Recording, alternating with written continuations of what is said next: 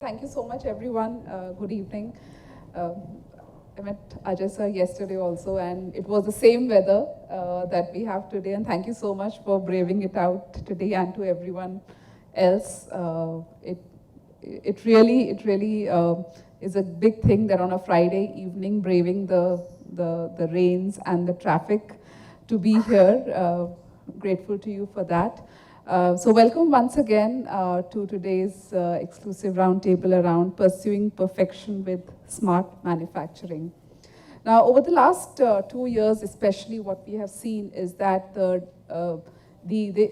operating models, the business models, the interactions within the ecosystems have all moved to the digital first paradigm in fact, in all sectors, and in particularly so in the manufacturing sector.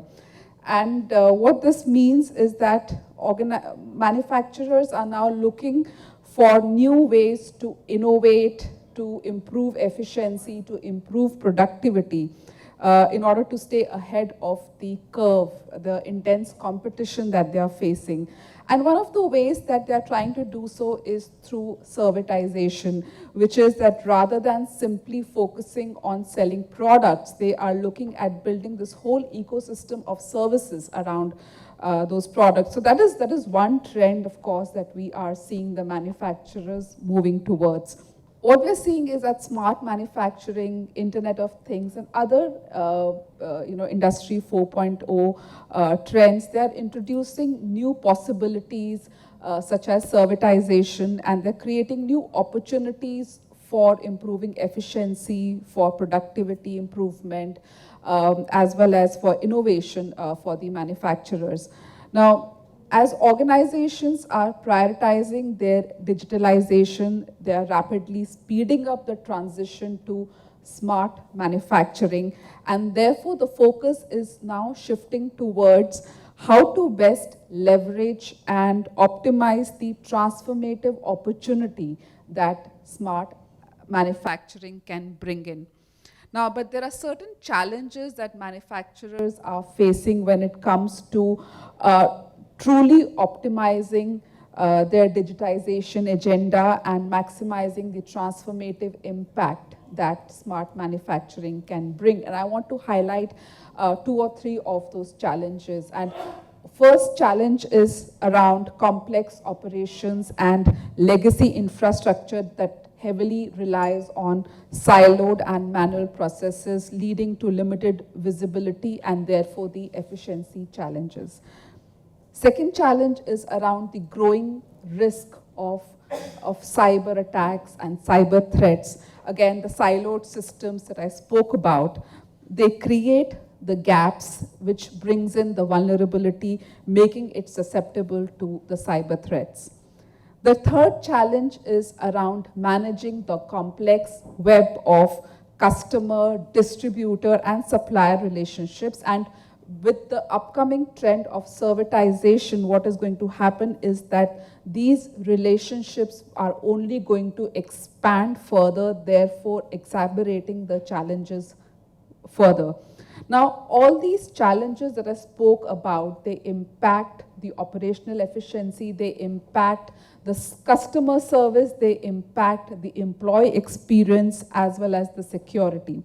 So in order to seize the true opportunity of smart manufacturing revolution, manufacturers today must modernize their tools and operations to prepare for the next generation of talent. And this includes enhancing their ERP capabilities, as well as adopting digital workflows in the multi-step manufacturing processes. So in today's discussion, we are going to be looking at some of these areas, including how to look at digital workflows in the multi-step manufacturing processes more effectively, more efficiently, how to improve upon your ERP, and how to overall lead to smarter manufacturing with perfection. So with that, let me just take the opportunity to first introduce our speakers. To my left, I have Rohit Gera. He is Head of Solution Consulting for North India for ServiceNow. Rohit has over 28 years of experience in the IT industry, during which he has worked in multiple verticals across multiple geographies. I have Soma Sundaram Rajarathanam, Manufacturing Solutions Architect for ServiceNow, joining virtually. So hi Soma, thank you so much for being there. Soma has over 16 years of extensive experience in large-scale IT transformation covering the APJ region. And to my right, I have Uday Birajdar, partner DXP Sherpa Technologies. In fact, for Uday, his first entrepreneurial venture was Vyom Labs, and after founding Vyom Labs, it became evident to Uday that the scope of IT went far beyond automation to digital transformation, which actually led to the formation of DX Sherpa Technologies. So welcome, Rohit, Soma, and Uday. And I will bring you into the discussion as we start that. But before we dive into the discussion, Rohit, I want to hand it over to you and Soma one by one, for your opening remarks, and then we can head over to the discussion. All right, so thank you very much, all of you, and thanks, Chipra. And so Soma is my colleague. He's an expert in manufacturing, and we will start with talking about some industry challenges, and I will hand over to Soma now to talk about few of the challenges he's seeing across APJ, Asia Pacific, in other manufacturing organizations. Once he completes it, then I will start. So over to you. Thanks, Rohit. Thank you so much, Shifra. You just narrated the challenges very well. What are the industry that is being currently facing? But to add up some points related to that, I want to add a bit of intent to the topic before we just go to the context of what are the other different challenges that we are facing and how we can make the industry maybe thriving ahead of these challenges, right? So I'm a very optimistic guy, but I'm very sorry to start with a gloomy note here. Given the current trend, manufacturing companies are facing challenges that leads to an immense pressure for the industry to thrive and stay competitive in the market, right? I want to list down a few of the challenges. I hope that is well resonates with all the CEOs that are in the panel. First and foremost challenge is the supply chain disruption. It's clearly evident that during the COVID time, there was a huge semiconductor chip shortage that affects not only the IT gadgets industry, but also some of their industries like automotive, consumer product goods, like who are they manufacturing the smart TV, fridges, all the consumer-based IoT products, that is heavily disrupted. Secondly, with the rise of Industry 4.0, there is a greater push for the digitization. That leads to the convergence of both IoT and OT world together, and this also increases a lot of complexity of dealing with many silo systems in place. But also, having said that, that also bringing a gateway for the cyber security issues.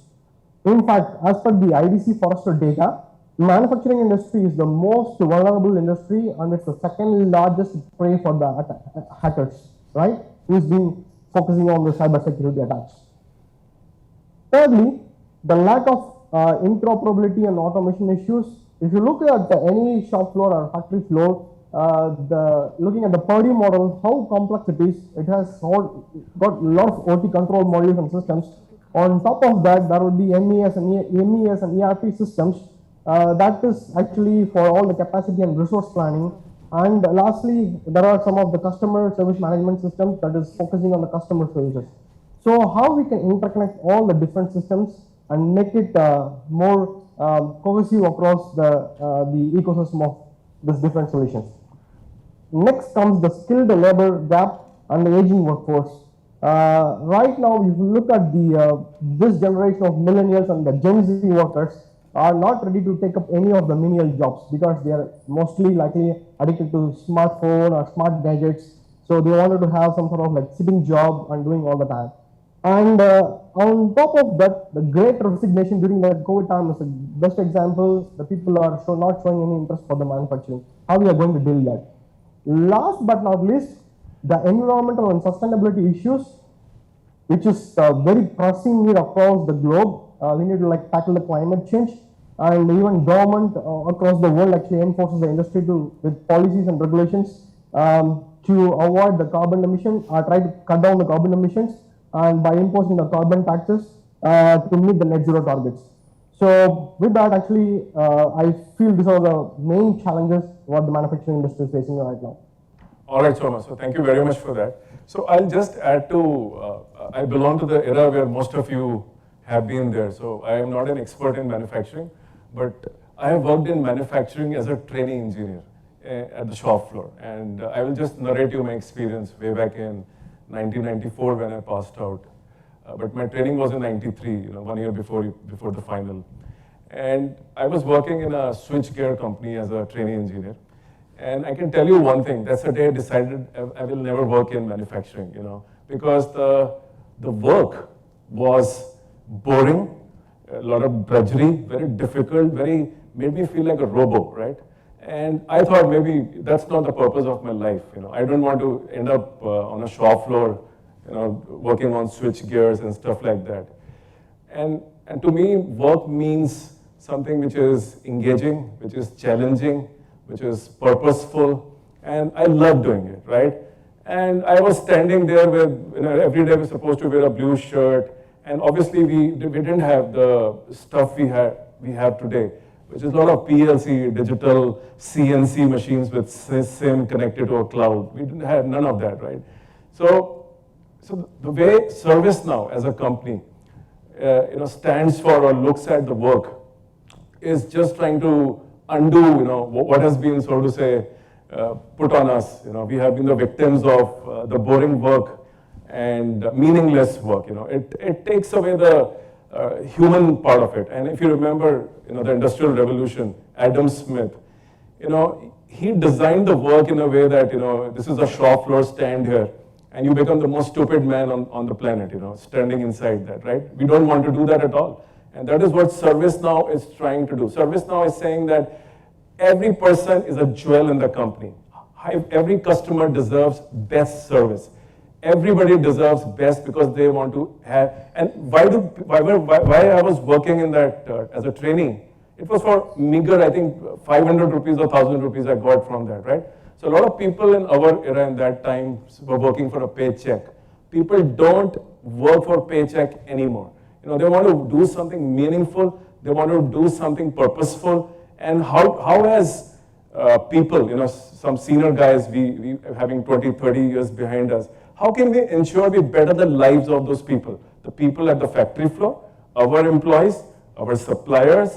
How do we make it, how do we make them successful and connect to the work? Otherwise, this guy's so bored to death, he will not work, right? The true potential of the person will not be harnessed at all. How do you do that, right? So to bring meaning to the work, what ServiceNow stands for is how can we make work, mundane and, so to say, repetitive work, very, very, automated and, it doesn't need human intervention.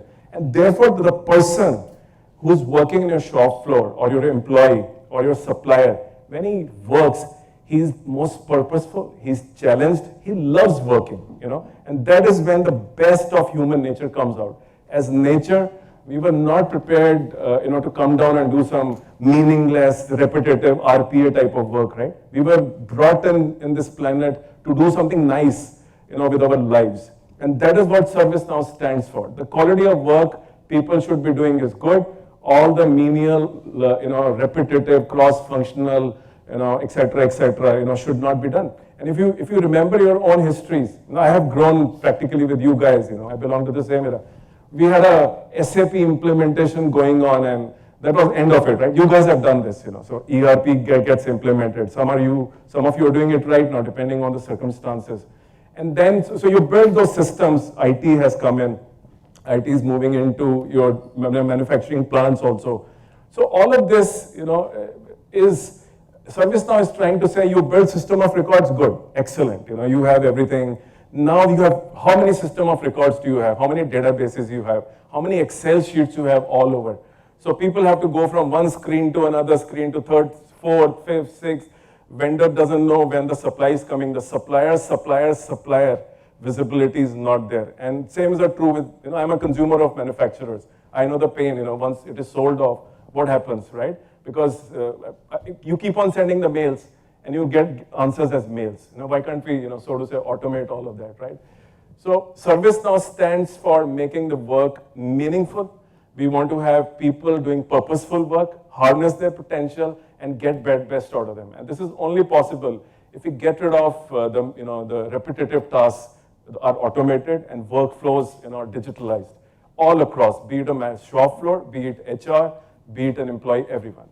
So I just wanted to briefly explain you what is that vision we carry in our mind, what is that we're thinking about the world, how do we change the world. So this is what we stand for. Thank you very much. Thanks, Rohit, and thanks, Soma, for that context setting.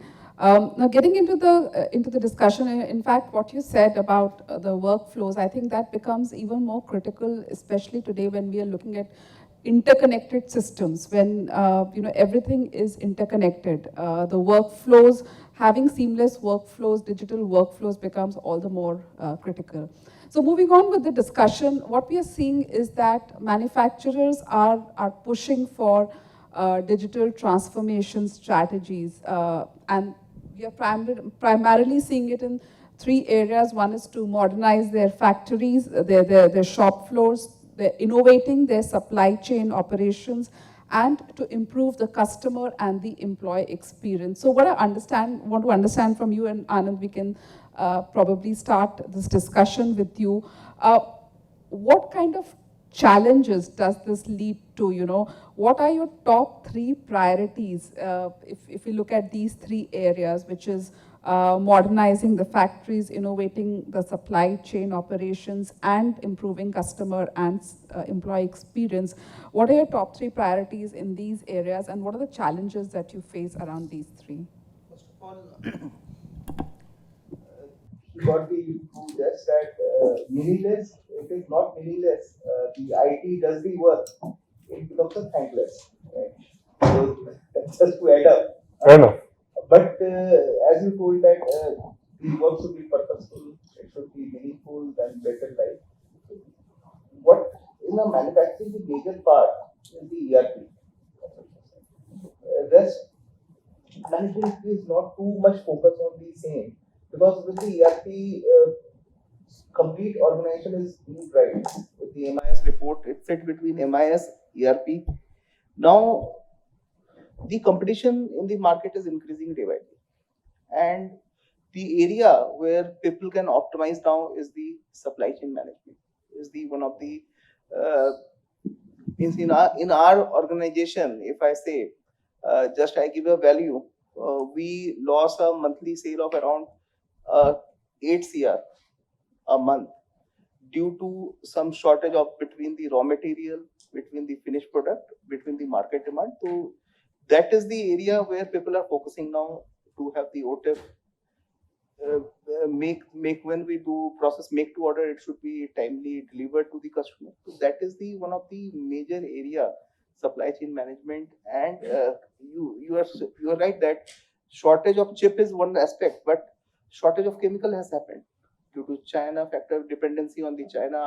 Our organization is dependent on certain raw materials which come from China. So now this is one part that where there is a shortage of a chip. I come from a background in the Marino Industries, which is a chemical kind of a company where we manufacture laminates. So we depend on the chemicals which are primarily coming from the China, and also we source it from there. So that again comes into the shortage part. So the supply chain management itself a very big concern for manufacturing, and focus is in terms of our size of industry, focus was very less. Now people are putting more focus on the supply chain management. And second part is the customer delight. The CRM was the one part which people were not taking very seriously in manufacturing. Now when we have a consumer driven market, go-to-market strategies are being. Marino, our company is one of the best product manufacturer of our segment. We are the top. There is no competition in laminate with any other company for the quality. But if you see the we have the competition with Century, Green Lamp, and all. If you see, these companies have go-to-market strategy was very good.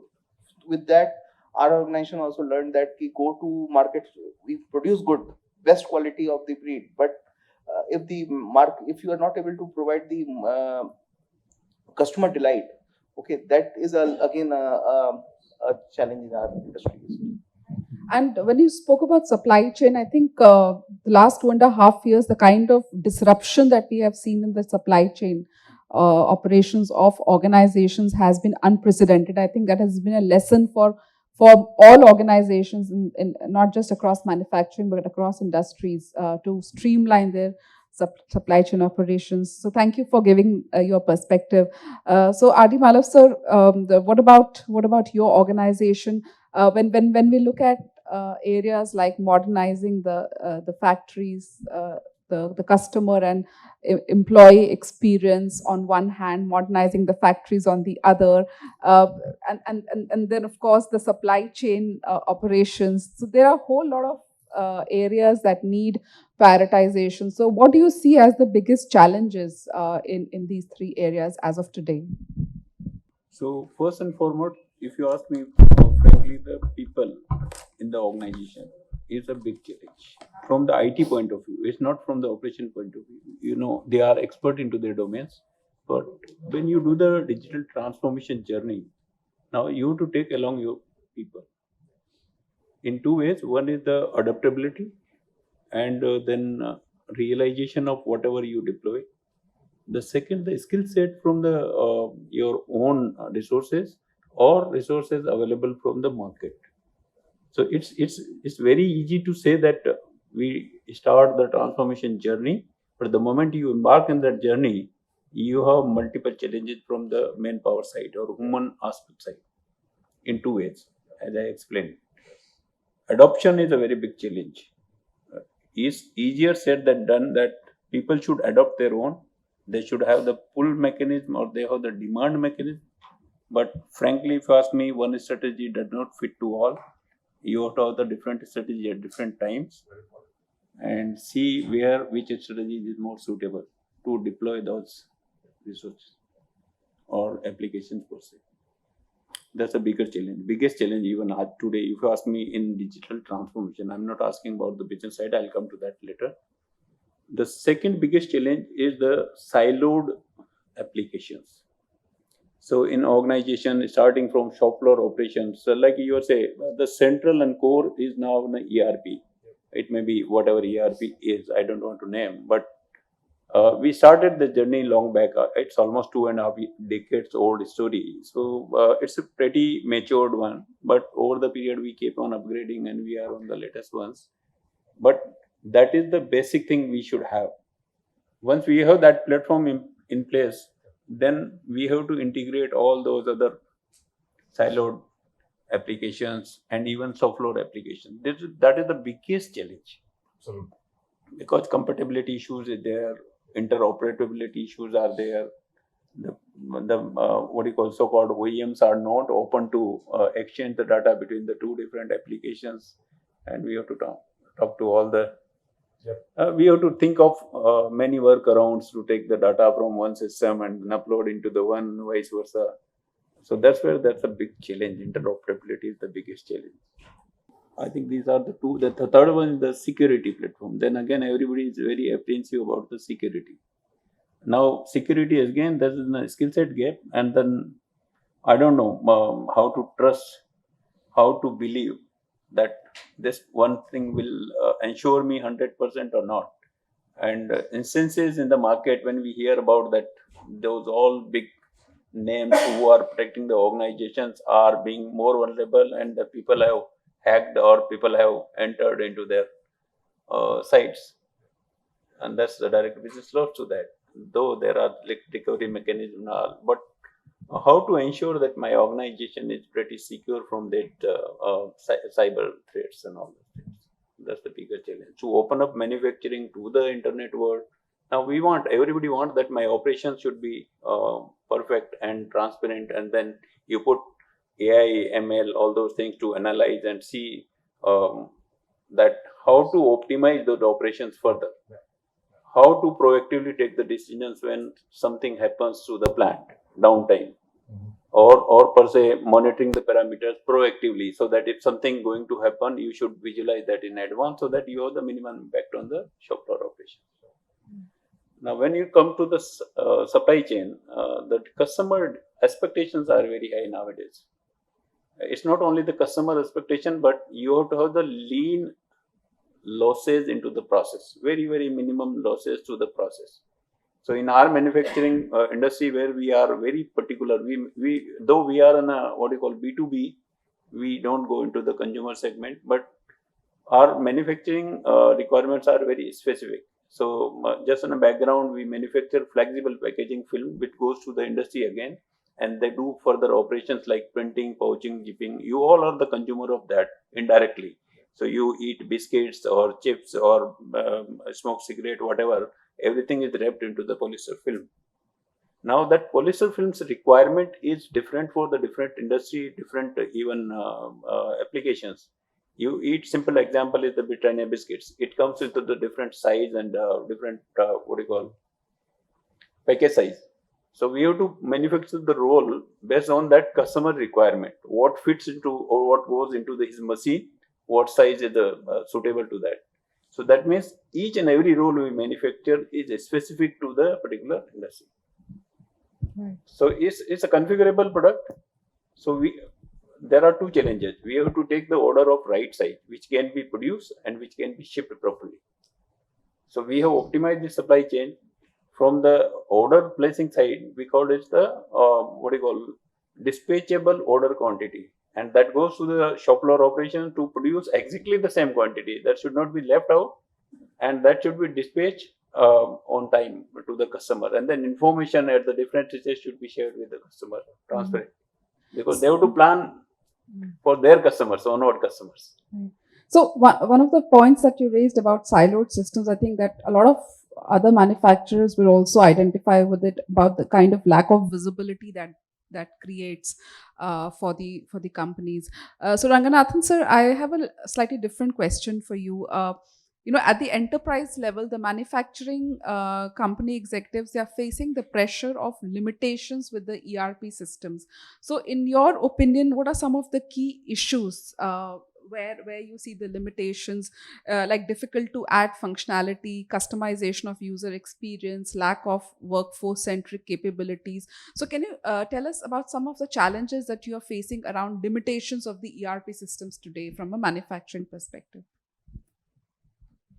We have restricted to ERP. It's a pain, to be very honest, because why we put ERP?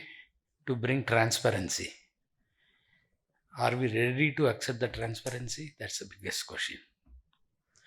Number two, are we going to adapt the best of the standards? For example, what we say, we are supposed to follow the best of the rules which is there for any of the process.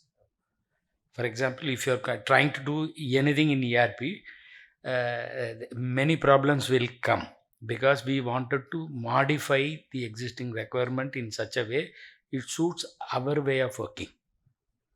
That may be good in some cases, that may not be good in some cases. And there are certain compelling reasons, like government related process which we have to follow. For that purpose, we try to take a different route, which is good for the company, but it is not good for the IT department. But for business requirements to fulfill, we try to mend the standard process which is available there. Yes, there are certain problems which cannot be resolved for Indian requirements. That is a product difficulty that no one can resolve. The most important fact is how, because of ERP it happens. Why it should not be told to at this forum, but when we are trying to do certain work at the different timelines, because of people not adhering to the process which has been identified as a standard operating procedure, and the rigid process which is configured by us creates more problem. For example, we are receiving goods in the night. If people are not there, manufacturing will pick the goods and they manufacture. When you try to go and confirm the production, you will not find the goods in the system, but it not entered in the system, but it is being actually consumed. Is it right? If you go and ask a manufacturing person, he will say it is right. If you go and ask finance person, he will say it is wrong. And IT person will never say it is right or wrong. So this is number two. There are certain difficulties in integrating different solutions. For example, we have a supplier based solutions, we have engineering based solutions, we have employee based solutions. When we are trying to and different timelines we take to bring in that different kinds of solution getting incorporated into ERP, and the kind of rigidness specifically with SAP, we find it very difficult in getting the compliance happening right, because they say that anything coming in without doing data entry, it is a digital license. Okay, we do not understand digital manufacturing, at least I, including myself, because the last 30 plus years I am only in manufacturing. I don't understand without entering if it is coming, it is digital. I don't understand what is it. Okay, so these are all the high level points. If you go into detail, it will not be good at this kind of environment. No, but you've given some great points. In fact, if you really look at ERP has been around for decades, and several decades. Whereas the way we are seeing the manufacturing industry evolve at a very rapid pace. So, are the ERP solutions have they really kept pace with the kind of dynamic requirements of smart manufacturing? Sorry to stop in between. The biggest problem with manufacturing is the mindset. Understand? It doesn't mean that if you change, if product is getting changed, we have to change. Unless we see value in bringing the new technology, we will not go for it. Probably people from OEM also will vouch this. See, unless we see, because we are dependent on manufacturing processes, the machine which we have already procured. And then, so that is also plays a very vital role for us. Okay, something new has come, we have to go, not required. So that is one of the differentiator as far mindset is concerned. So protecting investments definitely something that needs to protect. See, your I will take my example. We are still in ECC. Why should I change? I don't understand. Other than speed, I am not finding any extra benefit today. But I will go when we are compelled. So it is solving the purpose.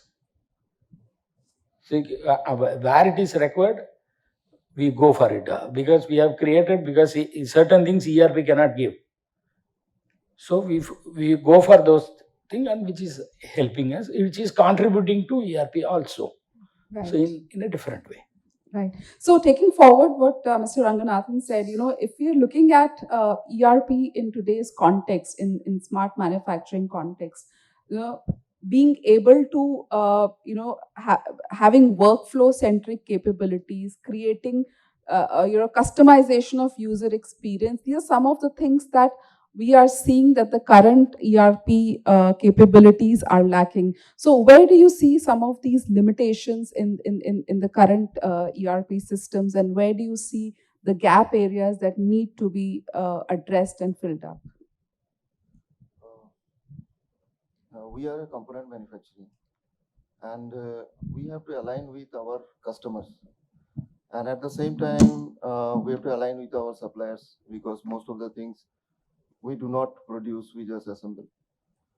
So here, a lot of fluctuations happen. The schedules that we get from our customers get changed. Whatever we have committed to our suppliers has to be aligned with the requirement of the customer.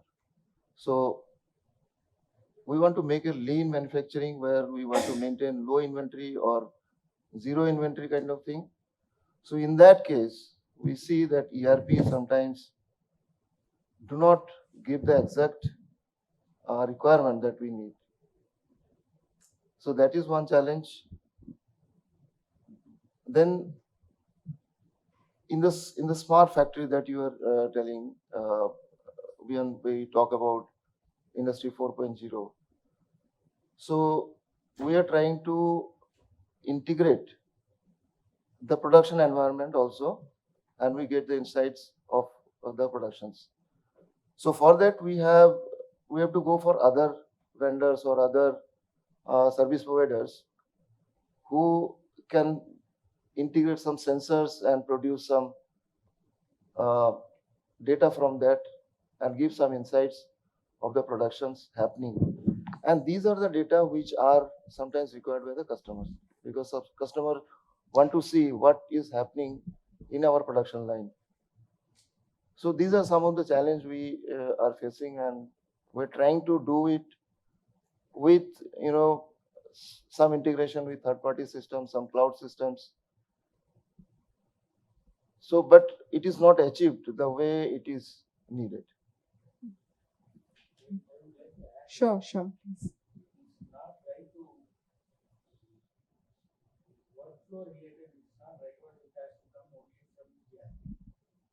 Depends where you stand. For example, if you are going to create a supplier ecosystem, ERP is not the place where you should get the workflow. If you are automating your R&D, ERP cannot do. ERP is not meant for that. Yep. Okay. So if you are going to, then if you are going to have a PLM, it has got its own. For example, if you have more employee engagement, ERP cannot give that. So if you are talking about the manufacturing process and related, enough capabilities are there, and the latest version has much more capabilities, but fairly it is available.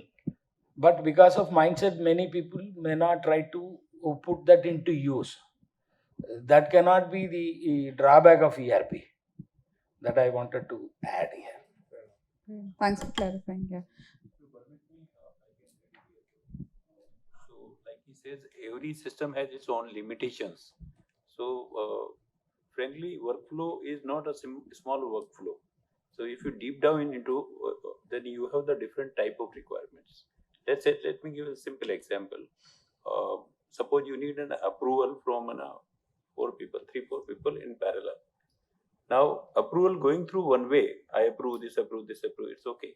But there may be queries and clarifications required in parallel. And if somebody asks any clarification, does it go to everybody? And then again, should the everybody reapprove it again? Those who have already approved. So there are the challenges and we need a specific tool to fulfill these type of requirements. So frankly, I don't know the capabilities of as of now to your product. Can we have that right side presentation? Next one. But definitely simple task management tool, if you ask me frankly, you won't find the good task management tool in the market which can be readily deployed and which can fulfill the requirement of end-to-end mapping of the cycle. Yeah. Cycle is very important. Yeah. Like email or any communication, it's a one-way traffic. That does not serve the purpose. Absolutely. And finally, when you approve something, now who needs this? It has go automatically to the any ERP or any shop floor system to as a trigger to the next level event. So, before I move to this side of the table, I want to bring Soma into the conversation. And Soma, one thing that came across very clearly and loudly was a supply chain, the whole supply chain disruption. So the greater supply chain disruption during COVID, it actually exposed the fragility and the weakness of the whole supply chain. So how did you plan to address this challenge? If you can tell me something about, because supply chain has been coming up again and again during the discussion that we have had so far. Right. Thanks, Shivra. That's actually a very fantastic question. Before I just give you a very theoretical answer for that, actually I want to like draw some experience from my some of the customer interactions and that some of the engagement. What are the pain points they do face after the COVID? Okay, exactly speaking, and how are the ways they want to like overcome the challenges, right?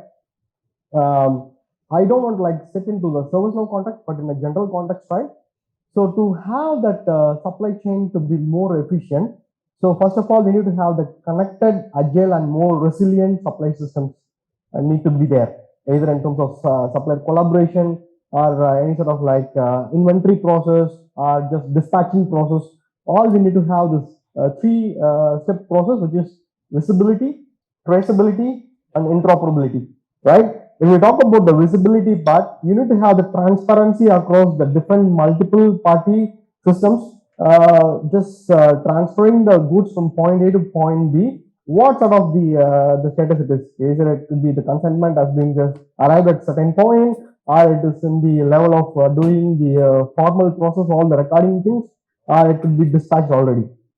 And secondly, the traceability part of it, it actually you need to know, for example, if a manufacturing company wants some sort of like widgets, that's going to be their ingredients for doing some finished product, right? So you need to know that the inventory or the shipment has to be on time. It has to be delivered to the manufacturing company, unless otherwise they can't meet the timeline to deliver the goods to their customers, right? So that's become a bottleneck. So for that, how you can trace from point A to point B and point B to point C, right?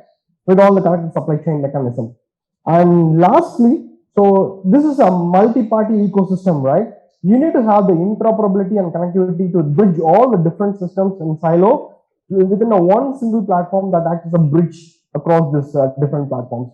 That is where you can come to know where is the supplier, what sort of the procedures, standard operating procedures they do have, and what are the issues they are facing, and how can you just get rid of it. To still more add some point to that, right? There are some of the governance process we adapted and we just implemented for one of our the brewery manufacturing company in EMEA region, and that works well, right, with the connected supply chain ecosystem.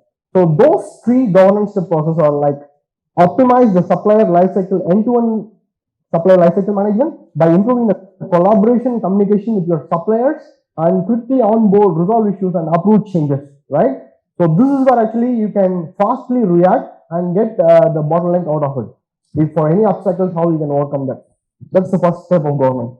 Secondly, the entire supplier risk management has a lot of compliance risks, and also it is bigger vulnerable the industry, right? Because you need to ensure that suppliers are in compliance with the government and corporate policies and regulations, and identify they actually don't have any sort of like the audit trial in terms of like having any issues with their the identity management, or probably what is their the previous the delivery performance that they've been performed. All these things can be just included as part of the risk assessment process. And thirdly, how you can streamline the supply chain operations, right? So that is where actually you can identify any sort of blockers that actually hindering the process, how you know in a real time and act accordingly to just how to overcome the challenges in terms of like having any sort of exceptions, tracking and collaboration, taking the corrective actions and incident management, right? So this is how an entire supply chain process that we adapted to this particular EMEA customer and make it works. And with that, actually, we can see improvement of 43% of the data quality improvement, and also in terms of like having these delivery performance has been improved by 13%, and last but not least, actually the overall the logistics process has been just reduced to 10%. Yeah. Great, thanks. I think that can be a good reckoner, because what we have seen is that supply chain can actually bring down the entire operations, the manufacturing operations for organizations. So definitely it is one of the key aspects. Of course, we want to refer to the slide that. So I just wanted to draw your attention, some interesting conversation we had. So the bottommost layer are the systems you already have in place, the PLMs, the ERP, and all the stuff you talked about. I think, Mr. Iyer, you can't see it. Sir, the niche wali layer, the bottommost layer, is the systems you already have in place, right? उनमें database भी है, Excel, सब कुछ है, you already have those systems. And not what we are saying is we're going to ingest all the data which is available in those systems and create a common data model out of that, okay? And we have industry-wise data model available. That data model will be used to build the digital workflow. So all the integrations you need and the cross-functional departmental stuff you need for approvals, like you just said, we will pull up everything, put it in a bucket, and then build workflows on top of that. And we already have your industry, manufacturing industry data model available with us. So we use that, and the work can flow through multiple departments. Right? So all that integration is taken care of, and we built a layer on top of your system of the records which you already have, ERP being a very comprehensive one. So we built a separate layer on top of them, connect all your 20, 30 individual system of records, built an experience layer on top of that, which I said, we're trying to realize potential of people and get rid of the menial jobs and all of that, work flowing through the company, right from operational technology, finance, procurement, everybody is connected on that particular platform. Everybody has it on their mobile phone. You can do approvals, all of that, what you mentioned, on a mobile phone, So we are aggregating your data, and then we're creating workflows, custom workflows, as well as out-of-the-box workflows. Everything is available. So what you see there is process alignment horizontally, which I talked about, horizontal. And then vertically, we can do IT workflows, we can do customer experience workflow, employee workflows, and stuff like that. So essentially, we are not touching any of your existing system of record. It stays as is. We're just using it to get data and build the workflows out of that. Okay. So, Rohit, you can come for a demo and show it to you. Right. To add up to Rohit's point, actually, I just want to draw this the pointers from Mr. Gentleman Ranganathan, and next to him, actually, I don't want to plug it out of sky to just throw some ideas here. So, what Rohit has mentioned just now. So, what you see at the southbound layer, which is all integration hub and different sort of mechanisms for integrations, right? So here we don't want to rip and replace any of the systems. So our agenda here is just how the ServiceNow platform can be just very well aligned with some of the integrations that you have as part of the point solutions or any sort of tools. That system of record now that can be ingested to our ServiceNow platform within the CMDB, which is the common service data model. And from there, how we can build the customer, the different sort of workflows, right? So I want to say that at this point, actually, manufacturing company being the fulcrum of the center point of access, which connects to the suppliers, vendors, and also to the customers as part of the ecosystem, right? So you need to have a 360-degree view of balancing all these different players. So for that, you need to have this IT workflow, and also the customer workflow, supplier workflow, and lastly the worker workflow, which is where actually how you manage your internal workforce productively, safely, and get them trained across all the different tools and technologies. And lastly, how you can serve your customers via the omnichannel experience, right? Because at the end of the day, what Shipra has mentioned, the servitization model, which is actually taking the gear now, because many of the manufacturers realize that selling the product doesn't alone helps their business. You need to make the value around services to the product, right? Take for example Tesla, how it's actually become a hyper growth for this company. Just overcome all of the companies which is for the lot of maybe in centuries, right? The Ford and GE, all the things. They are actually not only selling the product, automatic car, but also they are selling the services. Means the connected infotainment, the connected insurance coverage, and also over-the-air upgrades. So these are all the few of the examples of the servitization model enabling this outcome-based economy to the manufacturing companies. Yeah. Thanks for that. Great, thanks, Soma. So I'll move to I'll just shift gear a little and move to the factory floor challenges, and that's where Ajay, I would like to get your inputs. Where do you see the most inefficacies and or lack of automation opportunities in your manufacturing processes? And as you're aware that many factory floor processes are still using paper-based work. So how is this affecting the overall digital transformation agenda for the organization? And what are your thoughts on modernizing some of these processes? Okay, interesting point. Manufacturing has been very close to my heart. In fact, when Rohit was talking about it's a monotonous, repetitive job. 1994. In fact, if you have to be in manufacturing, you have to be passionate about it.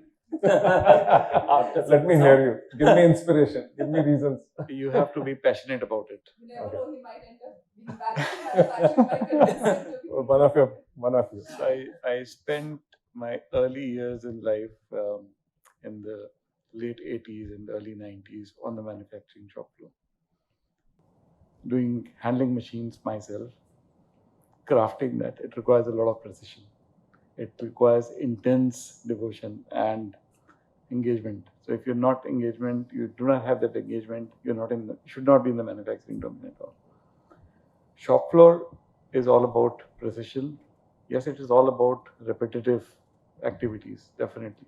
But precision is very important because that's what creates a value in your product. If you don't have that, your product is not valued. The quality, it comes from human and the precision and the integration of the machines. Challenges in the shop floor. I've been engaged with manufacturing operations in the organization for the past couple of years, many years. I've spent time on the shop floor, integrated the entire manufacturing execution systems on the shop floor, understood the challenges. The biggest challenge comes in from not about information flow. Information, once you have put in a system for information flow, that definitely provides you all the information, integrates the entire, from the start of the manufacturing operation till the end of the manufacturing operation. It gives you entire visibility into what you have to do, what precision you have to carry out, and it puts in the kind of quality checks into the system. Without that, you cannot move to the next station at all. The challenge comes in terms of from people perspective, the people availability, the skill sets of the people. That's an area of concern definitely for all manufacturing operations. And how do you overcome that? You have to work with technology institutes, organizations to create that skill sets, have curriculums. I'm seeing that a lot of these changes are coming in IT domain also. A lot of IT organizations are partnering with engineering institutes for providing IT-related technical trainings. The same has to be done for the shop floor, for the manufacturing operations. The other challenge comes in terms from the variability in demand or variability in production. From a perspective of you have put a product on the line and you are expecting that the material is going to come in and it does not come in. You will have your complete shop floor come to a halt. What do? One thing that every manufacturing does is they cannot stop manufacturing. Downtime Come is what not may. possible. Come what may. Trains in India will not stop. The mail in India will not stop, and sale in India will not stop. So this is something you have to keep on manufacturing. So you have to change your plans. You have to take out that material, your product out, and bring in a new different one. That changes your entire requirement. So supplier challenges. So because of supplier challenges, again you got into the cycle of changing your production plan, and that production plan is causing this havoc in the entire manufacturing shop floor. So that's another area which you need to work on, and that's a challenge which is a realistic challenge which will continue. I don't know how ServiceNow will address that particular challenge because yes, even though you have all kind of inputs going out to your suppliers, your partners, integrations, information going out to them that there's a change in plan, you need to work out in terms of changing your supply schedules. Suppliers are geared for it. In fact, they have set up warehouses across near your manufacturing plants with the relevant material, but the last minute shortages definitely do come up. These are two areas which I see is a big challenge. From a digitization perspective, you brought in the digitization, the IT and the organization brought in the digitization, the adoption of the digitization, adoption of working as per the digital framework or as per the instructions, etc. At times you have to bypass a lot of things. So that again brings an aspect into the product from a quality perspective. So how do you handle those challenges? You have to somehow overcome them in terms of giving insight, giving visibility, continuously training people. We work 24/7. Same machine, same operation, 3 different people are working in 3 different shifts. Shift A will manufacture a product which is higher quality, shift B will manufacture it as per this thing, and C will have a different model. So those are challenges. You would not have this continuous streamed manufacturing quality coming in until unless you have controls which have been built in. So where do you see opportunity, automation opportunities and modernizing the processes? Where do you see opportunities for automation? Yeah, we have seen one of the very critical thing is your human integration with machine is very important. So that is something which is very critical for any manufacturing organization. You cannot have manual instructions. That manual paper-based instructions will no longer work. It used to work in many years back. Toyota was one of the best in terms of following those instructions, but you have to have these instructions coming to your systems and changing dynamically. And also continuous feedback in terms of you have feedback coming in terms of what is the quality which has been produced. The feedback comes to your operator back into the system, and he takes care in the next batch which he manufactures that these are the things that he needs to do. So a continuous input and update is important for keeping the same quality maintained across the board. So, because where do you see the automation opportunities in your manufacturing processes, opportunities for modernizing the processes on the factory floor? Currently, what are the challenges and where do you see the opportunities? In our organization, what is happening, we were on a legacy system. You can say in-house developed ERP and all. So in previous 4 years, we are struggling to implement the branded ERP. I will not name that. And once it got failed also. Last year we tried and could not succeed. So right now our complete focus is implementation on that particular ERP and systems because that is cloud based and we are incurring a huge cost on that licensing and other things. But since our business diversified in last 4 years, 5 years now, and we went into lighting, we went into sanitary ware. We are Jaguar bathroom fitting company. Okay, our complete business was bathroom fitting only. Now we are in sanitary ware also, and some other business areas are there. In factory automation, we thought of implementation of IoT and all, but due to these things, we could not implement that for preventive, you can say maintenance and other activities. We implemented a green barcode solution in our sanitary ware plant that is there in Gujarat. So to take care of these qualities issues and all, so we means during the you can say initial casting stage, we put a green barcode label in means you can say piece itself that went into clean and around 1200 degree temperature is there. So for that purpose, we are doing that. But again, working on cloud and other things is always a challenge, and performance and other issues are there. We migrated to a very well-known cloud provider from means Indian cloud provider to an international one, but performance and other things are a challenge there. And for our other factories, we want to implement IoT and other solutions, but due to ERP implementation, all we could not focus on that at the moment. thanks. Chandar, I want to bring the aspect of customer experience here with you. So, how are you enabling cross-functional collaboration and automation capabilities in the manufacturing process to unlock customer value? So, if you can tell us a little bit more around how you're enabling that. Whenever we focus on customer experience, so we have a digital strategy in place which is connected people, connected processes, connected products, and connected plants. So this digital strategy basically entails on something which is going to impact your customer delight, or it's going to create an operational efficiency, or it's going to save costs. So anything it has to pass through that filter, but customer delight is kept on top. So even if generally it is seen as if you look at in a very silo vision, you will only look at what can I do for enhancing my manufacturing excellence. Okay, let me put a MES in place, putting various solutions in place. You are only aiming at how you are creating a manufacturing excellence.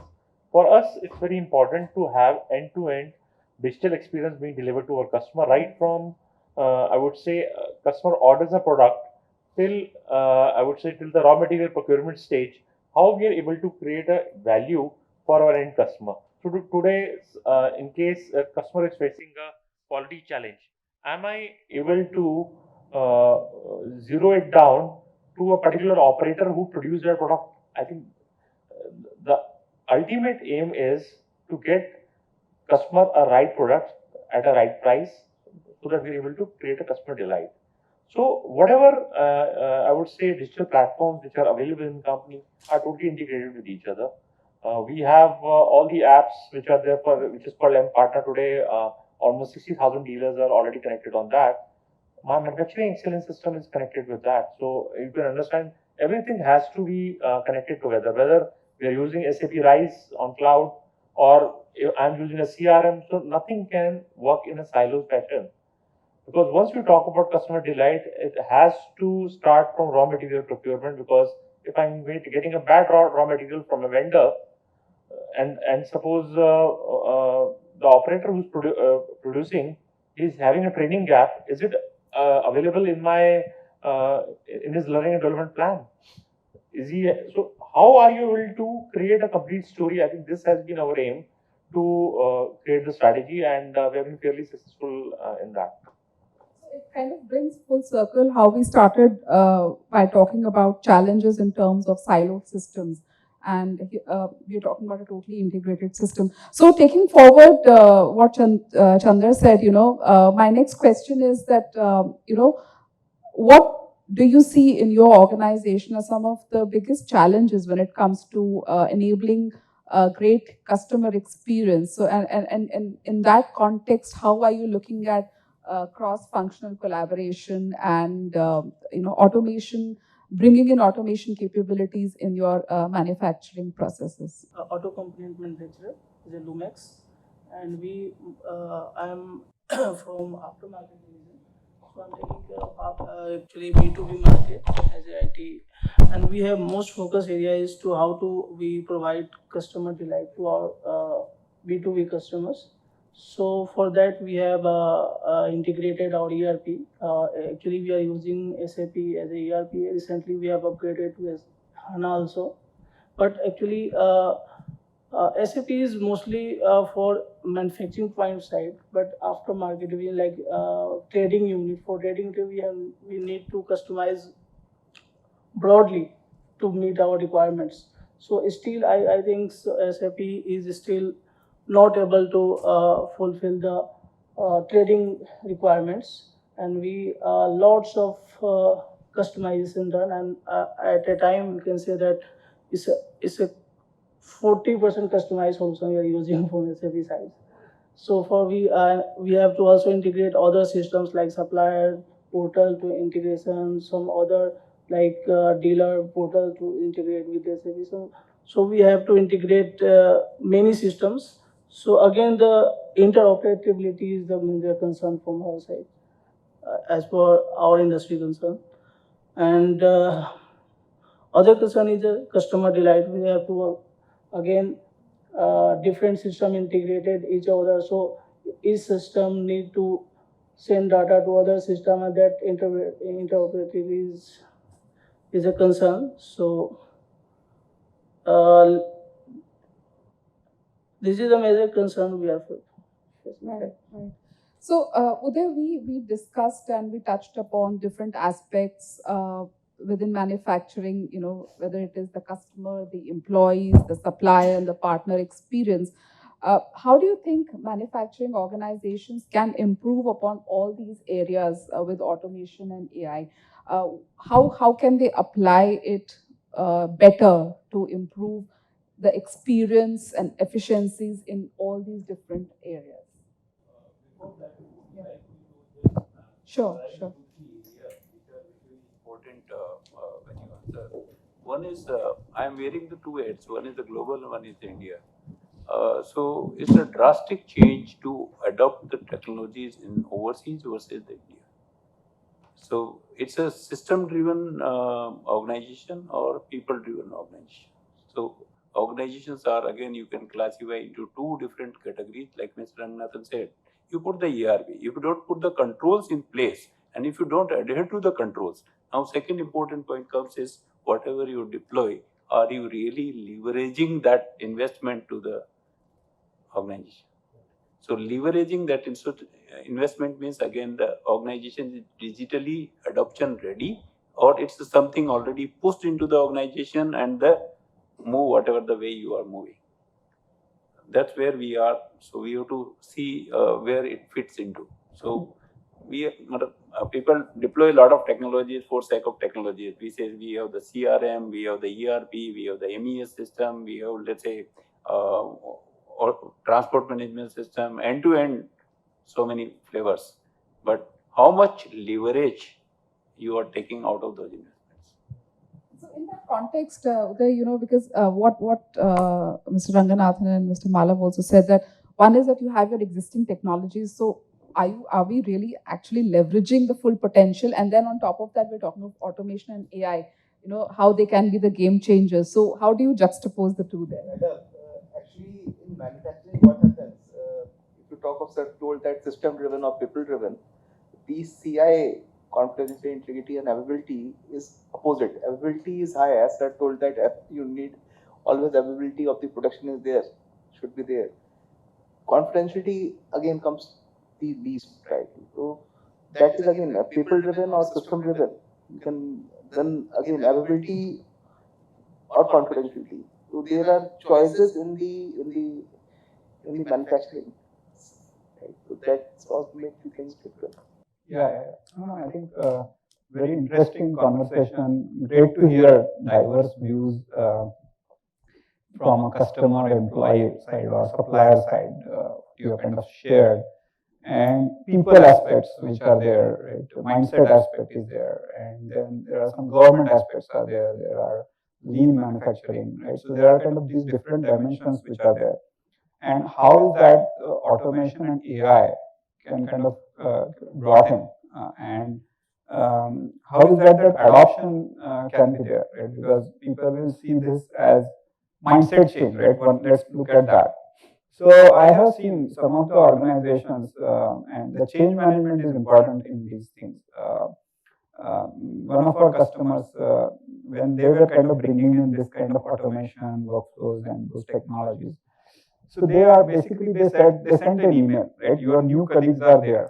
They are going to sit with you, and they are going to enhance your experience in the organization. So welcome your colleagues, right? Or welcome these bots, or welcome this workflows which we are basically bringing in. So, and they are assistant to you, right? To the extent some of these organizations go and say that, like, bring your own device, they say bring your own bot, right? Or bring in your own this thing, right? So you can kind of be part of that journey also. And if we are able to kind of bring in some of those excitements to them, and believe me, I have seen customers when they are purely on the operations floor, and they have been provided this kind of a training. Some of them are smart, right? They are very good in terms of what they do, in terms of Excel, pivot, and all of that. And some of them will be able to kind of learn some of these technologies. If you are able to kind of excite them with that, and it is going to help change their life when they do these things themselves. That's the far end of thing, right? Not the day one they will be able to do that, but say that this is a journey, and we have to start somewhere, and then kind of welcome them, right? People are there to kind of help you and such things. So I will give you some of the examples, right? What we kind of could bring in terms of our customers and various areas, right? So I will kind of talk about mainly manufacturing, but some of the related areas, right? So for example, oil and gas, we have one of our customers. So they were basically having these machines and their inspection reports. And to get that information from this is not easy, and there are error prone and all that. So there are these solutions which are, you can digitize those, kind of put those workflows in place, and then connect it to your ERP system. Then it becomes a seamless thing. And there are technologies available now in terms of AI. Is even I will talk about another example is that the supplier invoices, and if I have to kind of pay them, right, in time, I should be able to use that digital technology, AI, image processing, and those kind of things are possible. And irrespective of their templates and the way invoices of variety of them are there, still you will be able to, using AI, you will be able to extract that information, whether it is orders or invoices, and bring into ERP system, do a three-way reconciliation, use these workflows which are there with what we are talking about as digital workflows, and triage that, and change the overall supplier experience in the process. So AI is there, kind of help in those kind of things. Employee experience point of view, there are these, if you see some of you, one of you are talking about that, we are cloud, right? We Office 365 and all that we adopted, right? Microsoft Teams may be one of the channels that you might be kind of having for your employees. Can that become a collaboration platform for you? And at the back end, these workflows can run. They can say that I want to know my salary this month, or salary slip I want to kind of know, or I want this report. Someone can say that, right, on Teams itself. It can be a conversational things what we bring in, and they can say that I need this, or they can be kind of more other things in terms of IT, right? Because IT, and we all kind of come with that CIO and that background. How do we kind of improve that experience for our employees? Can they basically, in the middle of the night, and I'm in a manufacturing floor, and I'm talking about some of our customers, they have a knowledge article to search. How do I kind of solve this? Because this is what I have faced the issues. Can the chatbot tell them, right, okay, this is the process to do in this case, or I forgot my password. Then if I have to kind of do is change certain things and I am locked out, I cannot do the job what I'm kind of supposed to do. So can we make that self-service? And that self-service is possible for them with the conversational AI ability, like that kind of like as humans we converse and search knowledge articles or fulfill the request and things like that. So that is kind of possible. I have seen one of our customers they are aircraft manufacturer, and they use SAP system. Big SAP system. They use some of these automation technology and integration technology to decide what is that will be that station who is going to kind of connect these systems and manufacture that. Their stations they get is what is that I should, and some of you talked about, is because we have to change and variability and workflow and real time, how can we get that data? These workflows and automations made available to them, it is possible for them to take decisions. What should I do today? Because there are disruptions, there are changes which are happening. So it is possible to bring in, and some of those can go to extent of, we talked about IT, OT, right? And in terms of OT, how is that, can these systems, some of these systems which are OT systems, can that be giving me information and then triggering certain workflows based on that corrective actions need to be done or maintenance need to be done and things like that. So that OT, IT things are possible. And I'm talking about all of this is based on what we have done, right? It is not that it is about tomorrow, it is about today. And some of these things in terms of automation and AI, whether it is employee experience, and the same way it can be a supplier experience. Can the supplier experience be self-service? Can they go and upload their invoices? Can they know what is the status of my invoice? And those kind of things. That is possible. So that changes the perception of the organization. And then about customer experience. Somebody sending a complaint email. saying that I have this issue. AI is available for it to understand the unstructured information which is coming in, make sense out of it, understand the intent. Like we understand the intent of somebody saying something. Can the technology can help you today to understand that intent, classify that information, then trigger certain things to do certain actions. And it can be automated action. So a human intervention is basically not required. So those are the things. And then when we are talking about some of you, ERP took 4 years for us and we are still not there. Or one of you said that we have, that functionality is not there in ERP, right? In terms of bidding and all that kind of a thing which you said. Can you build that outside? Rather than trying to do that 40% customization and maintaining that over the years is going to be a huge effort. So if you, and that's such a controlled system, getting approvals and all that's a long cycle. Can we bring that from an ERP modernization? When we say it is about kind of bringing that outside of ERP, doing that quickly and integrating that with your ERP. And then you can have a bot, right? Digital workers and things like that, which can go to your bidding sites. That also can be done. So these bots can go to a 10 systems, pull the information, decide which is the lowest, have a workflow like with digital workflows and service now what we are talking about, and then feed it into your ERP system to take care of what your system of record is there. So those are the things what we are, how we are helping customers in these different areas. Thanks, Uday. I want to pivot the discussion a little towards a very critical aspect, which is cybersecurity, because that is the umbrella over all the discussion that we have had till now. It's like an umbrella which secures your manufacturing process, and especially now that we are looking at a lot of attacks that are happening on the OT systems as well. So Rohit, I want to get your perspective on what is your strategic approach to securing the IT and the OT assets in the factory floor amid the many cyber attacks that we are seeing in the manufacturing industry, especially with the very dynamic threat landscape. Yeah. So I'll just give you an incident which I was talking to one of my colleagues in Europe. So one of the cyber attacks has resulted in some liquid which was to be stored in some tank or etc. The OT technology which was being used was, there was a vulnerability, it was broken and all the liquid went out, right? And that resulted in regulatory penalties and because you spoiled the environment and it was very dangerous type of situation. So you are seeing constant barrage of attacks on your OT environment. They are not getting noticed at all.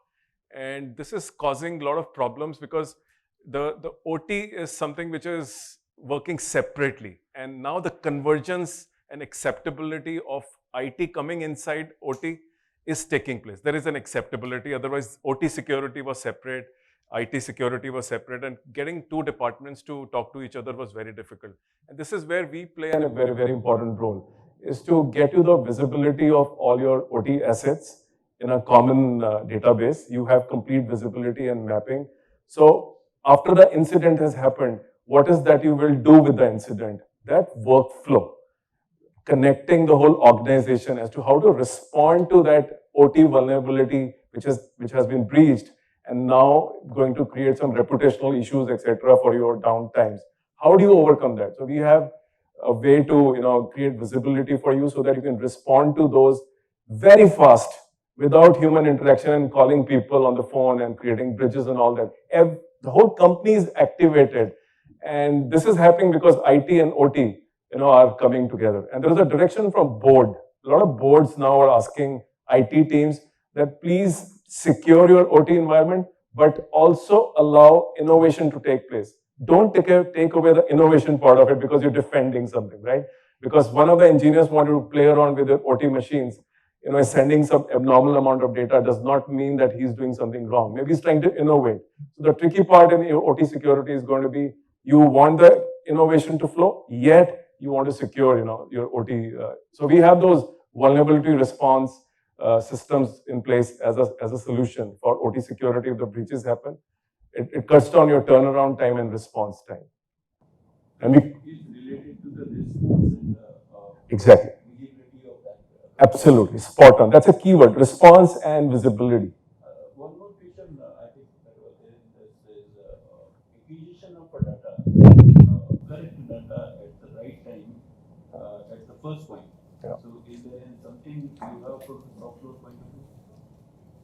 Or it's a document reading? I'm just misunderstanding. Document reading or image reading, right? That is possible. So you can kind of take a picture of that and do a OCR.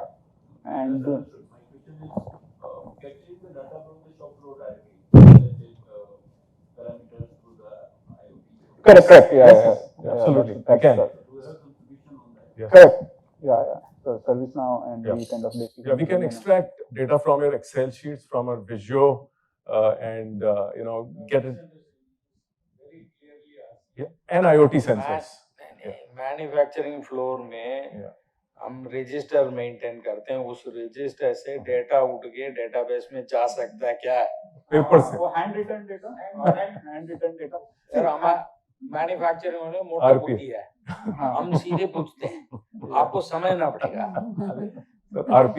Yeah. See, basically, handwritten data kind of quality of accuracy is still the technology-wise. Asking whether you have आपने actually उस पे काम किया, the one he said precision से हमने काम किया, हाथ से कर ऐसा किया क्या पूछ रहे हैं? हाँ वही मैं बता रहा हूँ उसका, क्योंकि हाथ से लिखा हुआ जो चीज है ना वो difficult है OCR, but if it is a printed document, invoices, right? If it is there. It is not necessary, right? For example, it's an image. If somebody हमारा question clear है. Yeah. हमारा hands on you have for handwritten, yes? No. Okay. Right now CCTV plays a very good role. So we have conveyor belts. So उसमें conveyor belts have something getting fall out of the conveyor belts, right? So generally people have the softwares, AI softwares, we say that your conveyor has some issue, it gives a. So do you have that kind of integration where a CCTV image is being utilized to manage the shop floor and all? MDSAO versus MES, Manufacturing Execution System. They are only document processing. No, they told us that the alerts will come up. Alert will come. So alert. So you have some. आपने तो CCTV बोला, देखो image processing नहीं है. You have to understand. They have already drawn a line very clearly. आप इनसे वो चीज पूछोगे तो नहीं मिल पाएगा. वो जो 5 pillars आपको दिख रहे हैं, दिख नहीं रहा. We brought those for manufacturing actually to keep it. Yes, we will do that. We will send it across. We will share that. We will share that. So. Yeah, sure. No, we'll definitely share that. So I know we covered a whole lot of areas. We covered supply chain, we covered customer service, employee experience, shop floor. So before I come to Uday for his closing remarks, I want to very quickly do one round of questions in terms of what is your topmost priority as far as your workflows are concerned, digital workflows are concerned in the manufacturing process. What is your topmost priority today? The requirements are huge. See, manufacturing in India and across the globe is evolving, and the evolution will continue. The requirements will keep on changing. There is no one fix that, okay, now it is done, then dusted, and you don't need to do anything. Every day the requirement is going to change. We have been innovating on a regular basis in terms of, from a manpower perspective, identifying the skill sets of the manpower, putting that into the digital form, identifying when the person is missing, is not coming in the day, then what is the alternate person which can be allocated to that particular station. So all those things have been there. So I cannot point out some specific requirements, but definitely the requirements will be ongoing. From a workflow perspective, yes, there are dangers of workflow also. There are pretty massive dangers of workflow automation in that case. For example, if I put in, for manufacturing operations, I put in a deviation management system and automate that through workflow. And whatever steps it automates and then just does whatever what the operator wants to do without any intervention from anybody, and that will create a havoc in that environment. So you have to be very careful in terms of putting in systems and be very precise in terms of, again, knowing what you want the outcome to be. You can kill a process or you can enable a process as well. So automation actually is a faster track to disaster also. So we need to be very careful on that. Right. That's another perspective on that. Great. What is your priority as far as streamlining the processes or the workflows, the digital workflows is concerned? Any top priority that you have in mind? Similar like him only. And apart from these, actually skill set and other things are always a challenge, finding the right skill set, because we experience very bad experience with a implementation partner and other things. So we are means looking into a right skill set. We engage another partner and trying to get our means implementation first.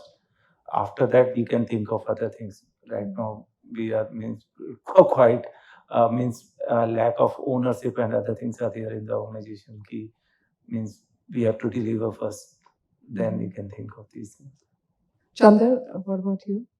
A lot of things I think he was mentioning on vendor invoicing, integrating Microsoft with SAP and all of. But there are 2 or 3 areas we are yet to touch upon is sustainability and EHS. So these are 2 areas which we are looking for use cases around because we are trying to figure out what best can be done. So these are the 2 areas of priority now. The rest, most of things we have covered. Topmost priority right now, and we are looking for any conversational like WhatsApp something from for our customers. Great. As sir told that a quality of a product differentiate is a difference in a shift A. Some quality is very high. Some we see in manufacturing what has happened. The blue collar employees average age is around 40 to 50. It lies between that. Adoption is the big challenge. We certain areas we give automate, then we find that they do it for some time, then again they come into the paper system. Okay, they say that adoption is the biggest challenge if you get inside the plant. So we automate, it happens for some time, then people again back to the same page. And trust me, they will give you 10 different reasons for not using it. Right? So it is there. Do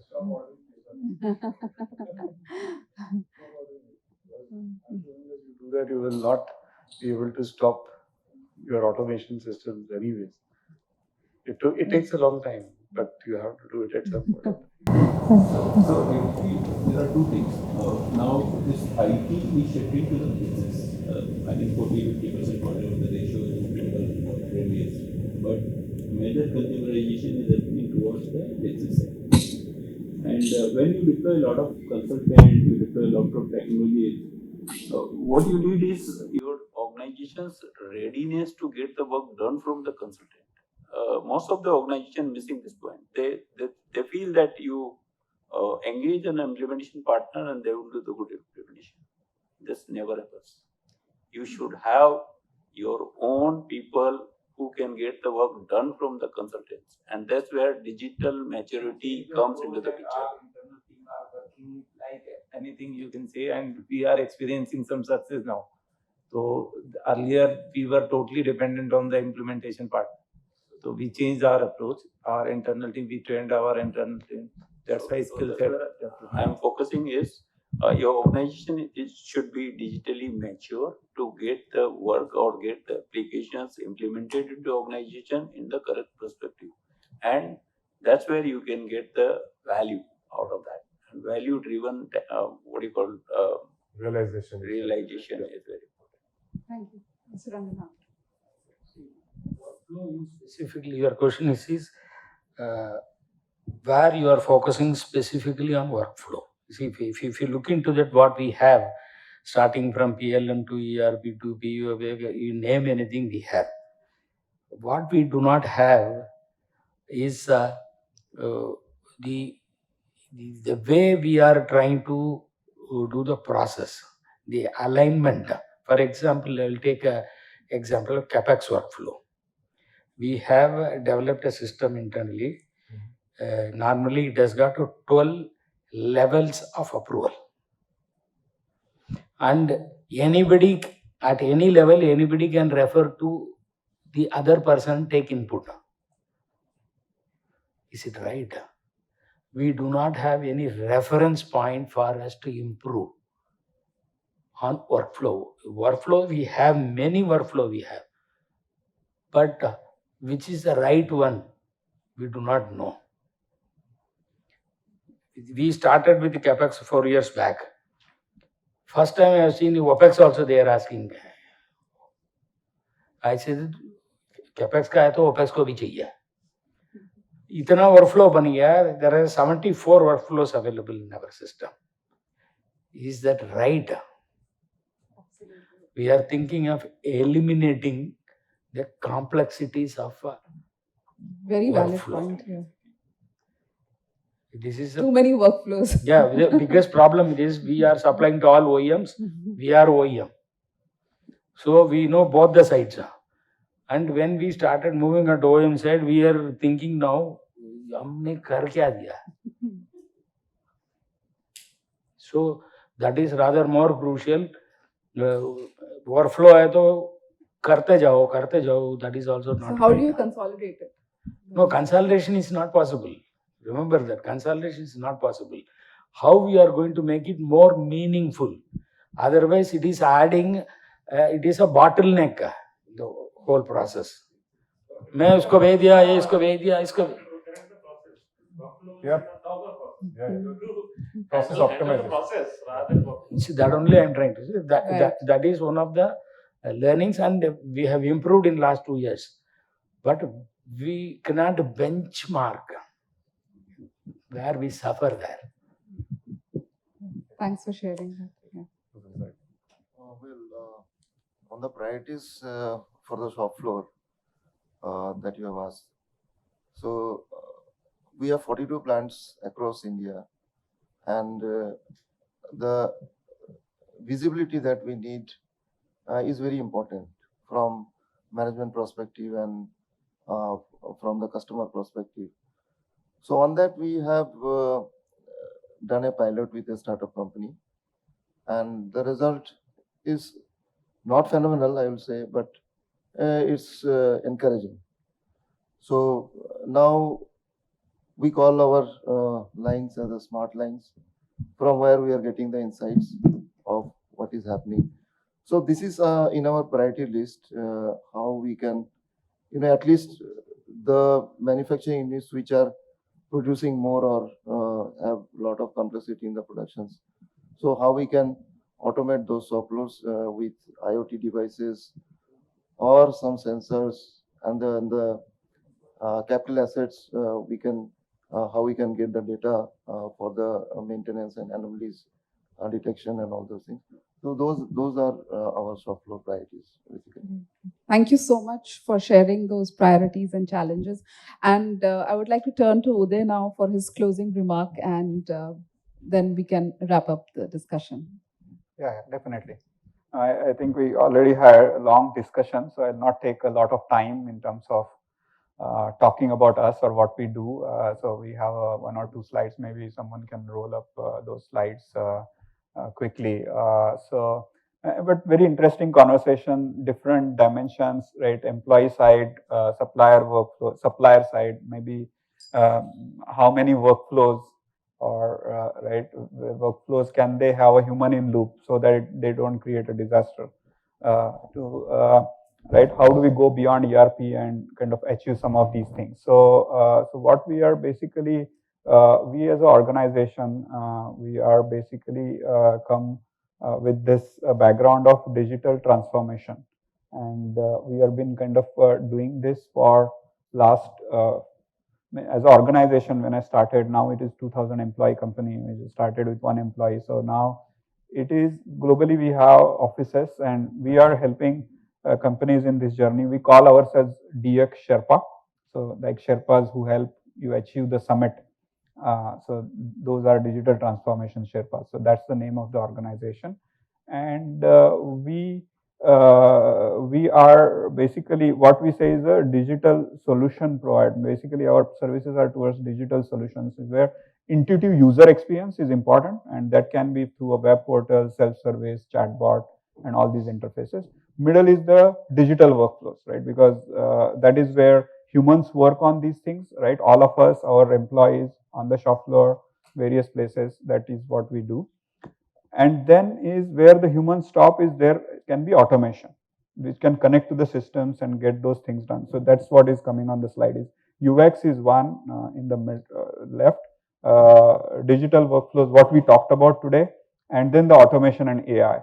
And these workflows can be for IT, right? IT support, and those kind of workflows can be employee workflows related to HR, right? Finance and other department, and customer support related workflows, or customer workflows, or vendor workflows, and things like that. So that is what we implement globally, and this is what our portfolio is. Maybe next slide.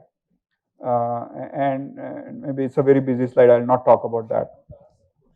Yeah, if you want to ask questions, you can. The previous slide, have you ever your system got connected to PLM or MES or any of the systems? The integrated with OT devices, you mean? Not device. I'm talking about applications. Applications like SAP or. Forget about SAP. SAP, everyone knows. Huh, I'm talking about engineering. Engineering side of things, right? Or maybe some of the plant and. I'm talking about manufacturing execution system, PLM. Yeah. Have you ever connected yourself to that? We have done some work related to the engineering systems. Not really, that is our forte. I would say more in terms. It is always, it is going to talk two-way, or it is going to talk only one way? Bidirectional, is it possible? Your question? Yes, it is possible bidirectional. No, possible is something different. We can do that, right? We can kind of. How many installations you have done on those? See, as far as these digital workflows are concerned, I have next slide where I'll talk about how many installations and how many places we have done. And we would have done, we have around, over these years, we would have kind of touched 600 customers, maybe 1,000 installations of these. Specific for PLM and MES? No. I am not. I don't mean that. That is more crucial for people like us. So Yeah. Which is the second one is PLM and MES. MES. Okay. Right. MES, can you give examples? So maybe I'll be able to correlate to that. Oh, okay. Right. Yeah. Can definitely integrate. Yeah. Web applications, we can. You can think about is that whenever that automation aspect is involved, whether it is API. Some of you said vendors don't give access, right? And we have to kind of integrate with the system. What we bring in is that our technology, what we are talking about, is it can mimic human actions. Even if vendor is not providing, whether it is a web portal, whether it is fixed client like SAP, or it is a mainframe system, we will be able to mimic what humans are doing. Pull the information from there and put it into another system. That is called as robotic process automation. It is not robots which as a manufacturer you have seen in terms of physical robots. These are digital robots, and they can integrate with these systems pretty easily. And then it can be put into a workflow. That's Or you not necessary. No. Not required at all. Means APIs are available, good. If they are not available, otherwise you have to engage some system where like the physical human is doing the same, the robot will do. Not physical, it will kind of mimic the human action. Like let's say if I am going to Google, I Google and kind of type in that box, I click and search, let's say manufacturing in Delhi. And then I click on a search button. I get a whole list of things in the Google. So all that action to going to that button, text window, typing it and clicking on search button, all that can be automated. Google APIs are not available, but still we'll be able to do that. Then get that information, download it, and then it can be put into the workflows so that humans can work on that. So that automation, mimicking humans and workflows, that all can be integrated. That means you are engaging some machine or a desktop which is dedicated for correct. Yeah. So that's right. Actually, ideally, that is not the right way of integration. Not necessarily, right? But if your vendor is not giving you access, it's a very homegrown system. APIs are not available. Third-party system, government site is there. There are various such scenarios where you need to do that. So that's what we are into. Next slide. So this will skip. So we talked about, right? We have 2,000 employees, 750 plus projects globally. We are ServiceNow's premier. Sorry. 750 plus global. Yeah. So India, we have India would be, because we have a big presence in India. Around 200 projects would be in India out of this 750. क्योंकि हमारे जैसा company में problem है कि India reference मांगते हैं. हाँ, हमारा प्रॉब्लम है, आपका नहीं है. हाँ, नहीं, we will be able to give you local references of a manufacturing company in NCR. So our data center is also in India. ServiceNow is an Indian based company, or it's how you're? No, we're headquartered in US, but we have 3,000 plus people in India. Symphony Summit is also headquartered, but founders are from India only. No, our founders are from US. From US only.